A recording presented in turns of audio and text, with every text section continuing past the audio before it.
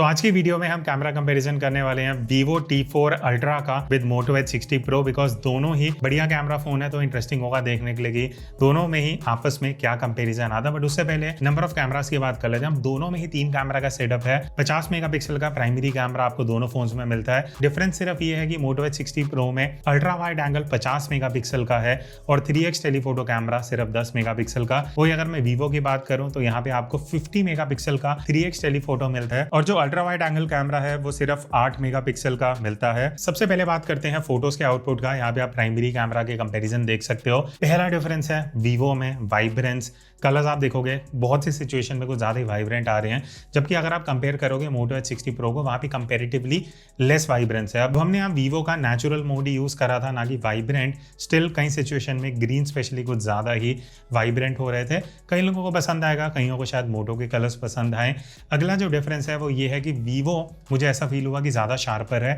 Moto Edge 60 Pro अपने price के हिसाब से बढ़िया है, बट जब हम दोनों को कंपेयर करते हैं कहीं ना कहीं यहाँ पे Vivo T4 Ultra ज़्यादा शार्पर, स्पेशली अगर आप ग्रास वगैरह या पेड़ों पे देखोगे तो वहाँ ज़्यादा शार्प एंड अच्छा टेक्सचर, इवन स्किन टोन में कंपेरेटिवली ज़्यादा Vivo बेटर टेक्सचर दे रहा है।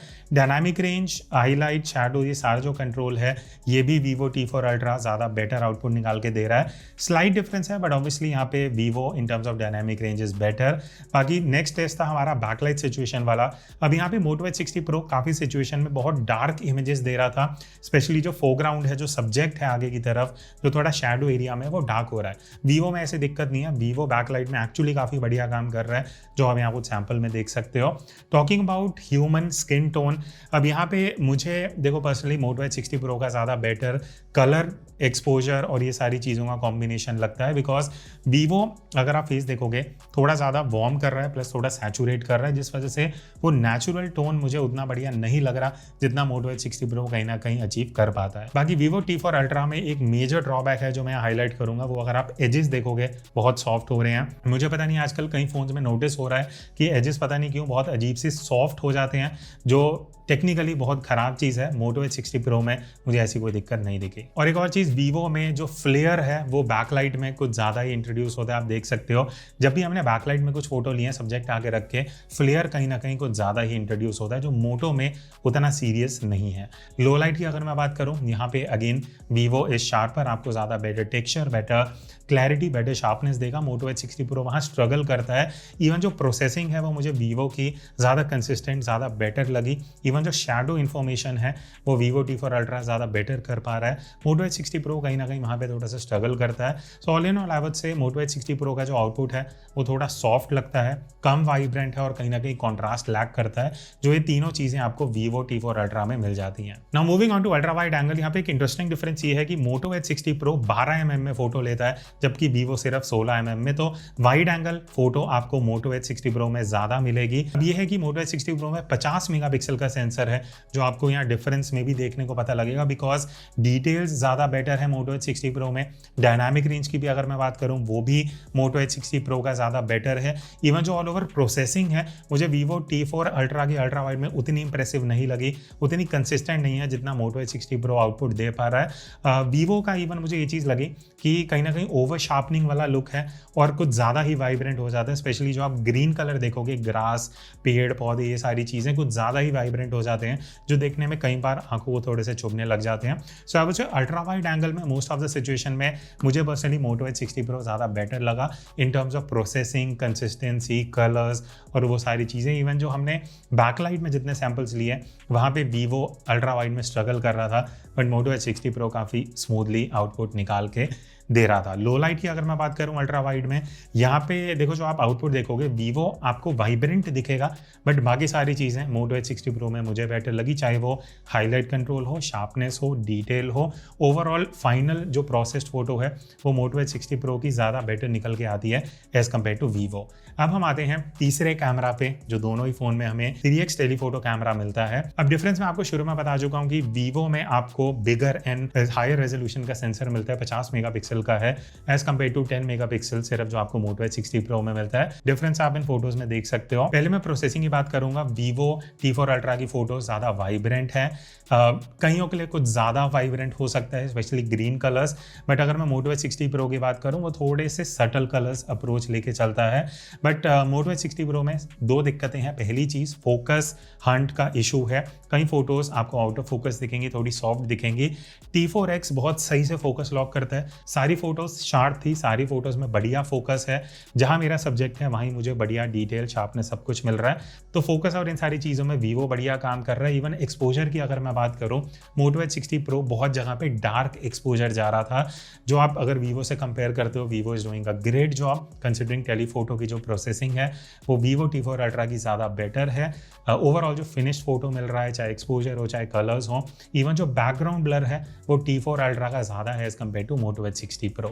बाकी अगर मैं फेस प्रोसेसिंग वगैरह इन सारी चीज़ों की बात करूँ, यहाँ भी मुझे Vivo T4 Ultra ज़्यादा बेटर लगा। मोटो कहीं ना कहीं थोड़ा सा यहाँ पे स्ट्रगल किया, बिकॉज फेस प्रोसेसिंग में वो उतना ज़्यादा कुछ ब्राइटनेस और वो चीज़ें नहीं करता। हाँ, Vivo कर रहा है, कई लोगों के लिए शायद Vivo के लिए वो थोड़ा आर्टिफिशियल लुक भी हो सकता है।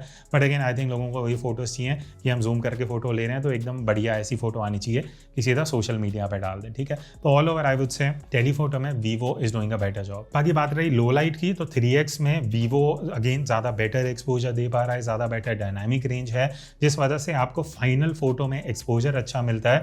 Moto Edge 60 Pro कहीं ना कहीं थोड़ा सा डल चले जाता है, कई बार थोड़ा डार्क हो जाता है। And even Moto Edge 60 Pro उतनी शार्प फोटोज नहीं दे पा रहा जितना Vivo कैप्चर कर पा रहा है। एंड ऑब्वियसली कहीं ना कहीं यहाँ पे सेंसर के डिफरेंस की बात आ जाती है। नेक्स्ट अब हम आते हैं हाई रेजोल्यूशन मोड 50 मेगापिक्सल, दोनों ही फोन्स में आपको मिल जाता है। 1x की पहले बात कर लेते हैं। अब मुझे यहाँ पे Vivo इनकंसिस्टेंट लगा, बिकॉज आप ये कुछ फोटोज देखो, कई जगह पे आपको Vivo में वाइब्रेंस बहुत ज़्यादा मिलेगी, कहीं एकदम ही कम मिलेगी। Moto Edge 60 Pro में ऐसा नहीं है, वाइब्रेंस है तो वो सेम लेवल मेंटेन करेगा।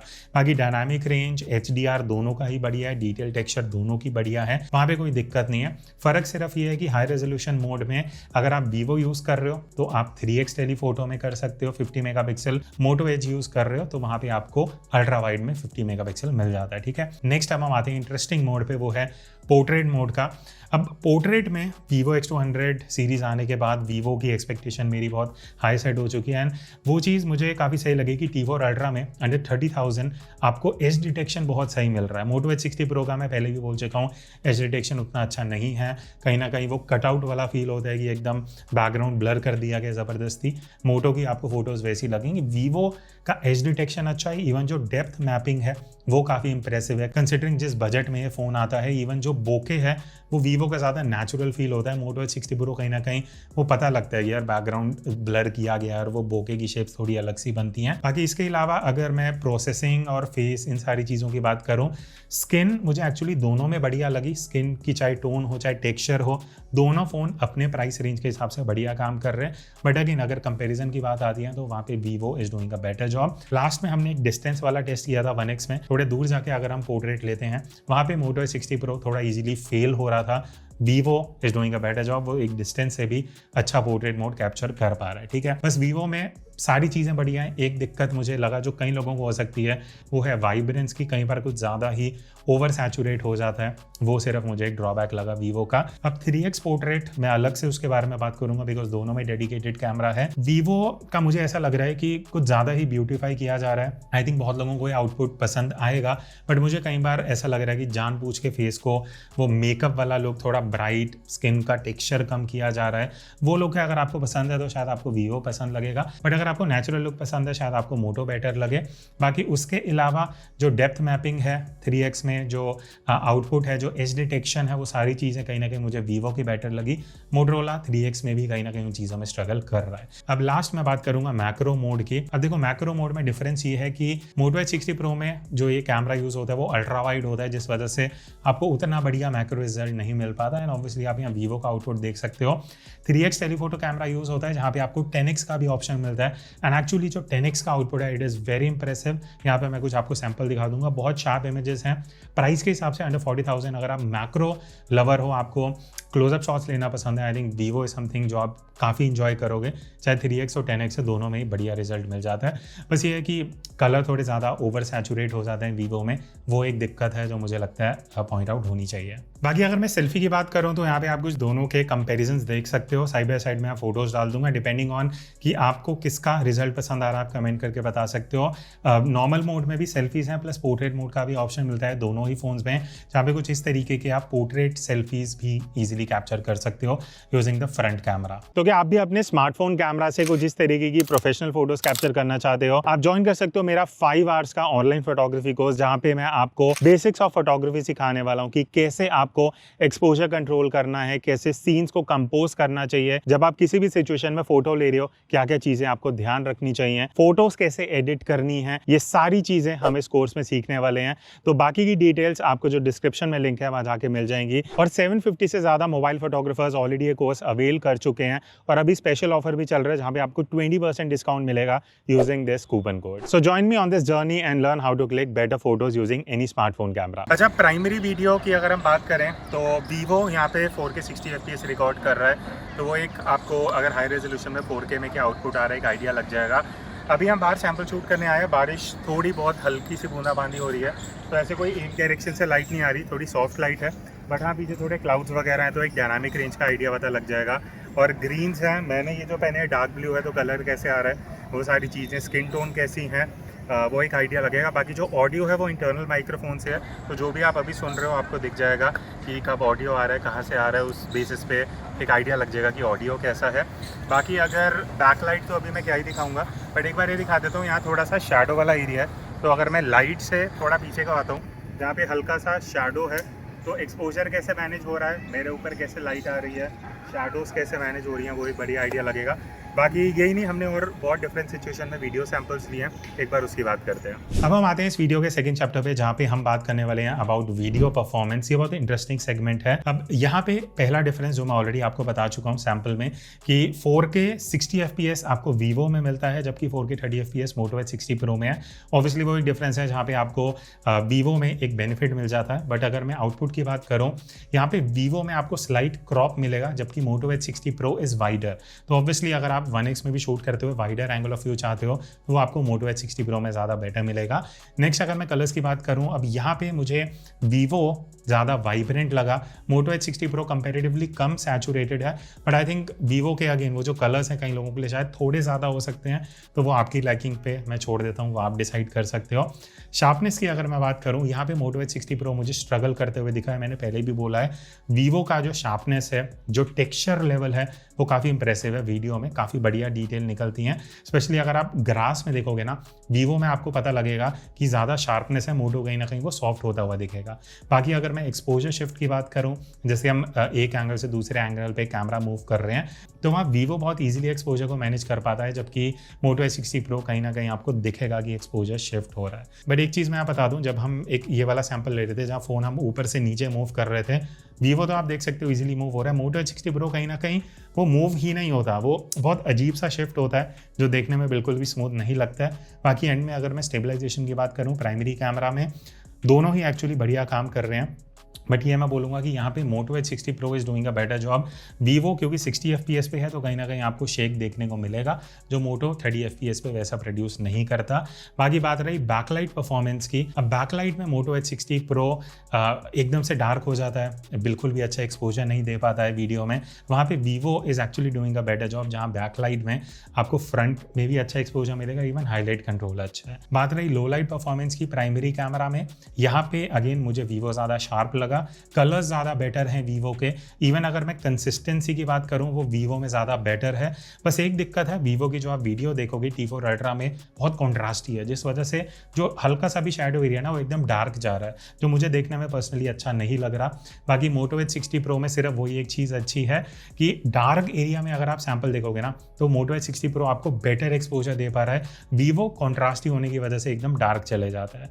बस ये है कि मोटो एच 60 प्रो में जिटर्स आपको थोड़े ईजिली दिखेंगे, दिखेंगे जो वीडियो को कहीं ना कहीं थोड़ा सा यूजेबल नहीं बना पाते। बाकी टेक्निकली मैं बात करूँ तो Vivo is a better option, but वो कॉन्ट्रास्ट वाली जो दिक्कत है वो कहीं ना कहीं वीडियो को थोड़ा सा ख़राब कर देती है। अब अगर अल्ट्रा वाइड एंगल वीडियो की बात करें तो पहला डिफरेंस ये है कि मोटरोला में हमें 4K मिलता है, वीवो T4 अल्ट्रा में भले ही ये महंगा फ़ोन है, आप ज़्यादा 8000 दे रहे हो, बट आपको सिर्फ 1080p रेजोल्यूशन मिलता है। बात करें अल्ट्रा वाइड एंगल वीडियो की, आप ये आउटपुट देख सकते हो, क्लाउडी है, जैसे मैंने बताया कि डायरेक्टली लाइट ऐसे कुछ नहीं आ रही, थोड़ा बूंदाबांदी भी हो रहा है। तो पहली चीज़ आपको एक थोड़ा लाइटिंग का आइडिया लग जाएगा, कलर्स कैसे आ रहे हैं, स्किन टोन ये कैसे मैनेज कर रहा है। और अगेन अगर मैं इस थोड़े शैडो वाले एरिया में आता हूँ, बिकॉज अभी हम लाइट में थे, अब मेरे ऊपर सामने से थोड़ी लाइट आ रही है, पीछे थोड़ा शैडो है, तो डायनामिक रेंज कैसा है वो सारी चीज़ें पता लगेंगी। ऑडियो इंटरनल माइक्रोफोन से जैसे मैं ऑलरेडी बता चुका हूँ, थोड़ा बहुत अगर शोर होगा, नॉइस कैसा है वो एक आइडिया लग जाएगा। बाकी हमने और डिफरेंट सिचुएशन में जो सैंपल लिए एक बार उसकी डिटेल में बात करते हैं। नेक्स्ट हम आते हैं अल्ट्रा वाइड एंगल पे। अब यहाँ टेक्निकली एक डिफरेंस ये है कि वीवो जो है वो 1080p पे वीडियो देता है अल्ट्रा वाइड में, मोटो एच 60 प्रो 4K में देता है, तो वो एक डिफरेंस है ऑब्वियसली टेक्निकली। बट अगर मैं आउटपुट की बात करूँ तो यहाँ पे पहली चीज़ वीवो कम वाइड है, Moto H 60 Pro is much wide है, तो वो आपको 4K के साथ ज़्यादा वाइड एंगल ऑफ व्यू दे देता है। इवन अगर मैं सैचुरेशन की बात करूँ, कलर्स की बात करूँ, वीवो पहली चीज़ अल्ट्रा वाइड में ज़्यादा सैचुरेटेड है और वार्म साइड पे है। तो अगर मैं डायनामिक रेंज की बात करूं, प्रोसेसिंग की बात करूं, ऑल ओवर जो आउटपुट है अल्ट्रा वाइड एंगल में वो मोटो एच 60 प्रो का ज़्यादा बेटर है। बस ये है कि कई बार आपको मोटो एच 60 प्रो की वीडियो थोड़ी ओवर शार्पन लग सकती है, बट उसके अलावा all over Moto is doing a better job. Even low light में अगर मैं बात करूं, यहाँ पे टेक्निकली मोटो को बेटर होना चाहिए था, बिकॉज 4K रेजोल्यूशन है, ज़्यादा बेटर कैमरा है, बट यहाँ पे कहीं ना कहीं दो दिक्कतें हैं। पहली चीज़ वीडियो ज़्यादा सॉफ्ट है, दूसरा मोटो जो है वो फोकस ज़्यादा हंट कर रहा है।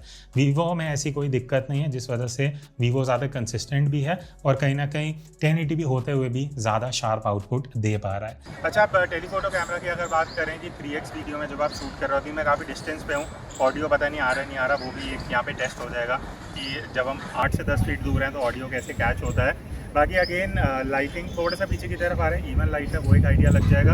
बाकी मेन चीज़ है टेक्सचर की, फेस पे जो टेक्सचर है वो कैसे निकल के आ रहा है, तो वो एक कंपैरिजन में टेलीफोटो में आपको पता लग जाएगा। बाकी फेस कैम वीडियो नहीं, हमने जो और डिफरेंट सिचुएशन में लिए वीडियोस उसके बारे में थोड़ा डिटेल में बात करते हैं। नेक्स्ट अब हम आते हैं थर्ड कैमरा पे, which is 3x telephoto camera. Again technically Vivo जो है वो 4K 60 कर सकता है, जबकि मोटो 4K कर सकता है, बट वो 30 FPS पे है। आउटपुट की अगर मैं बात करूं तो यहाँ पे स्टेबलाइजेशन अगर मैं सबसे पहले देखूं तो वो अगेन मोटो एच 60 प्रो का बेटर है, बिकॉज 30 FPS पे है। 60 पे कहीं ना कहीं वीवो में आपको वो शेक देखने को मिलेगा। प्रोसेसिंग पे आते हैं, वीवो ज़्यादा वाइब्रेंट है, मोटो एच 60 प्रो आपको कम वाइब्रेंट दिखेगा। Depending on the colour liking आप वो डिसाइड कर सकते हो, बट जो चीज़ मैं बता सकता हूँ वो है शार्पनेस, जहाँ पे वीवो इज़ मोर शार्पर, ज़्यादा बेटर डिटेल निकाल दे रहा है, ज़्यादा अच्छा देखने में भी लग रहा है। मोटो एच 60 प्रो कहीं ना कहीं टेलीफोटो में वो ओवर शार्पन लुक दे रहा है, जो देखने में उतनी बढ़िया नहीं लगती। इवन कॉन्ट्रास्ट ज़्यादा है, हाईलाइट ओवर एक्सपोज हो रही है मोटरोला में। वीवो में ऐसी कोई दिक्कत नहीं है, तो I would say overall telephoto में Vivo is a clear winner. और जो बैकग्राउंड ब्लर है बेटर, वो कहीं ना कहीं वीवो में ही निकल के आता है। लो लाइट की अगर मैं बात करूं टेलीफोटो में, तो यहाँ पे मोटो एच 60 प्रो में अगेन दो दिक्कतें हैं। पहली चीज़ फोकस हंट का इशू यहाँ पे भी है मोटरोला में। इवन जो वीडियो है वो कहीं ना कहीं सॉफ्ट है मोटो में। वीवो में आपको शार्पर आउटपुट मिलेगा, बेटर प्रोसेसिंग है, एंड बस वही है कि वीवो कहीं ना कहीं कॉन्ट्रास्ट ही लुक देता है, जो मैंने आपको पहले भी बताया। ऑल ओवर लो लाइट सारी वीडियो में वीवो आपको कॉन्ट्रास्ट देगा, ठीक है। तो अभी जो आप ये सैंपल देख रहे हो, ये फ्रंट कैमरा की वीडियो है, 4K रेजोल्यूशन है, तो you'll get a fair idea. अब एक डिफरेंस जो है मुझे पता लग रहा है वो ये है कि Moto H 60 Pro is wider as compare to Vivo, जो वीवो में उतना वाइड नहीं है जितना मोटो में मुझे मिल रहा है। तो I think in terms of wideness Moto is a better option. बाकी अगर मैं all over front camera exposure वगैरह की बात करूँ, मेरे पीछे थोड़े क्लाउड्स वगैरह हैं, डायनामिक रेंज का आइडिया लग जाएगा। बाकी ग्रीन्स है, मैंने जो ये टी शर्ट पहनी हुई है this is actually dark blue, तो वो कलर कैसे निकल के आ रहा है, एंड शैडो वर्सेस हाईलाइट का जो डायनामिक रेंज है, वो सारी चीज़ें।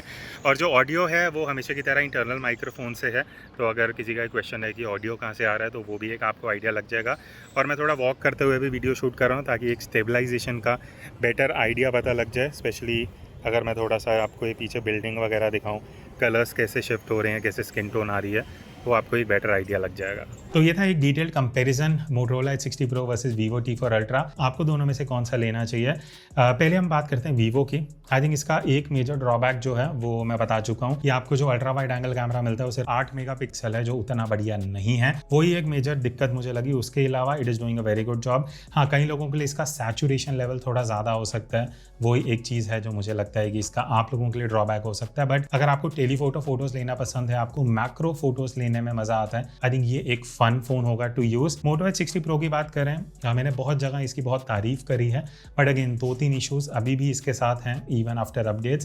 पहला है कि लो लाइट में फोकस एंड बहुत ज़्यादा होता है। दूसरी चीज़ है इसका जो टेलीफोटो कैमरा है वो उतना बढ़िया नहीं है, बिकॉज वो 10 मेगापिक्सल का है एंड कई जगह पे थोड़ी कंसिस्टेंसी के इश्यूज़ हैं। प्लस वैसे तो हम नॉर्मली फ़ोन यूज़ नहीं करते, बट इसमें थोड़ी हीटिंग इशू भी है, वो चीज़ आपको पता होना चाहिए। तो आप दोनों में से कौन सा प्रेफर करोगे डिपेंडिंग ऑन द रिजल्ट, वो आप कमेंट में बता देना। एंड ऐसी और वीडियो आती रहेंगी, सो स्टे ट्यून्ड।